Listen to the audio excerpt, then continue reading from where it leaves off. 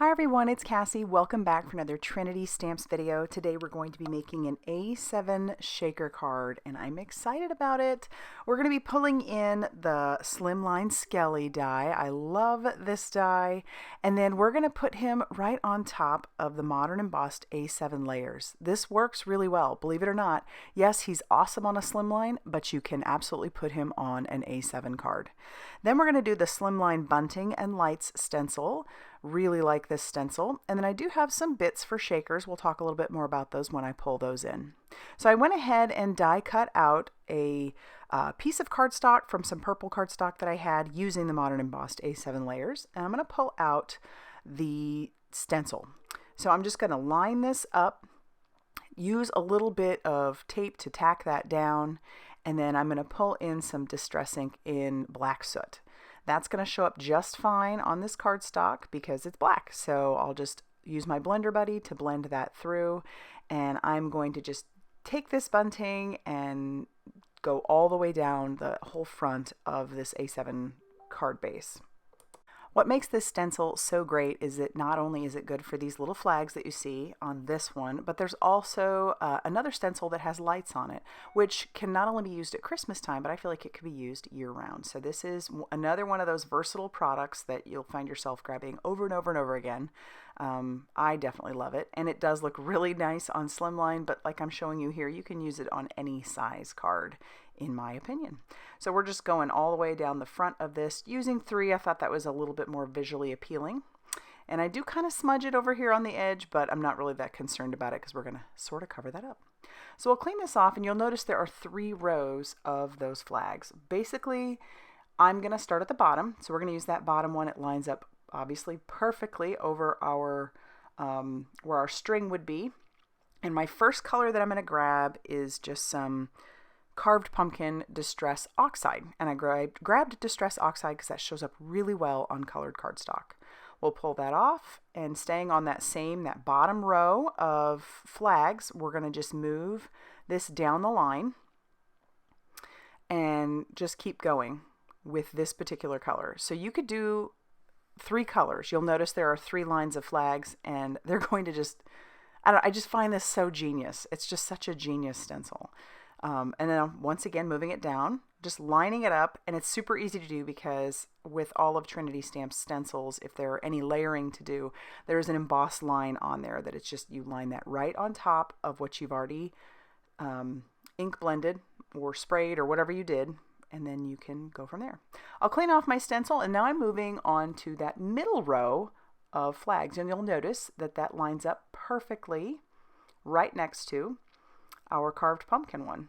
This color that I'm using is Twisted Citron. I originally had a different green out there, but I decided this would be a lot more fun and show up a little bit better. Now we're going down to that bottom line again, lining it up and blending it on. Clean off our stencil, and then we'll move on to our final color, which is some Hickory Smoke. Very Halloween-like, I thought. And then that third line of flags, and you'll notice how they all just line up perfectly. Isn't it great? Love it. And it's the same thing with the lights too on the other stencil that comes in this set of stencils. So then once that's done, you'll see how fun that is. Love it. All right, because I did smudge some and I wasn't a perfect, I didn't line it up perfectly every time. That was on my bad. I'm going to go ahead and do some splatter. So I'm pulling in my Trinity Gold palette. Splatter always covers a multitude of errors, but if this palette, if you want it and it isn't in the store, just go ahead and put your name on that email list and they're going to let you know. But check that out. Isn't that fun? All that beautiful gold splatter. We're going to heat set this before we move on to the next part, which is to take our skeleton, line him up on this panel, see how perfectly he fits, and then run this through our die cutting machine. I'm not using the outline, which you see on my magnetic sheet there, but I am being extremely careful because there are certain ones I do need to keep because I need some inside pieces, but everything else that is still in there, we're just going to take out. I'll use my little pickup stick to knock out any of those pieces that are still in. As I said, we're going to be making a shaker, so all I needed was this portion. I'll save some of those pieces And now what we need to do is attach some acetate. So I've cut down 2 pieces of acetate. I'll show you what I need the second piece for in a little bit if you've never seen me make a shaker. But I'm putting some liquid glue all around the back. I did cut down my acetate to be smaller than this 5x7 panel. So it's just a little bit smaller, not a lot, just a little. And then I'll stick that acetate piece down, kind of going all around our skeleton to make sure that it is going to be nice and secured down. And that worked out pretty well. So our next step would be to take like his face. We need to get his nose piece in there. I'm going to stick that right back in where it belongs. And then I've got his eyes. I saved those as well. So we'll take those and attach those using our pickup stick. And then we can take out the skull piece. I'm actually going to save that for another card project. And then we're going to put his ribs inside. I tried to just go ahead and put the glue on that piece. It didn't work because it was already coming out. I was a little bit more ginger with the glue this time. So I'm just sticking it on those ribs. We'll stick this piece right inside where it goes. And then use the pickup stick to put the rib pieces down. And then we can attach this other little rib piece. And then we also have the pelvis. I saved that, so we'll put a little bit of glue on that inside piece. And we can stick that back in where it goes. Check it out. And that's as simple as the outside is going to get, really. I thought that worked out really nicely. All right, our next step would be to flip it over, and we need some foam tape. I'm going to take some very thin foam tape and go all the way around the outside of not only our card panel, but also our skeleton. And like I said, we'll go all the way around. I'm using some thin stuff, some thicker stuff, and it's all, I think 3 millimeters thick, but we have some wider and some skinnier stuff. And I did the classic blunder, which was to put pieces in my shaker bits before I had taken off any of my release paper, and this does end up proving to be a problem later. So I'm going to peel it off now. And right as I get at the end, those pieces that are in there are going to go flying. You know, so even some of us that have been doing this for what seems like 100 years still make these mistakes. It happens to all of us. So I'll try and peel off those little bones. And those come from the Bunch O Bones from Trinity Stamps. That's an embellishment in the store. And then we also have Boo Hoo, which are some little transparent ghosts. And I'm going to show you something fun with those ghosts here in a little bit too. I was very generous with the bones, maybe a little too generous, but I love it. So I've got lots of bones in there. And then we're even going to take some of these translucent ghosts and put a few of those in there as well. One final thing I do is grab from my stash just some like a prism glitter. So it'll make everything a little bit more sparkly. Then I'll take that second piece of acetate that I have cut, smaller than the 5x7, and I'll stick that down over the back. This is just my little trick, so that way I don't make a mess with the shaker bits inside. And so I can move that around, make sure everything is going to work well. No, I did not use a static bag to make sure that the glitter didn't stick to our acetate. I'm just really not that concerned. So now we're going to take our liquid glue and go all the way around the outside of that. And we'll attach that down to a 5x7 card base or an A7 card base. So this will be a side folder.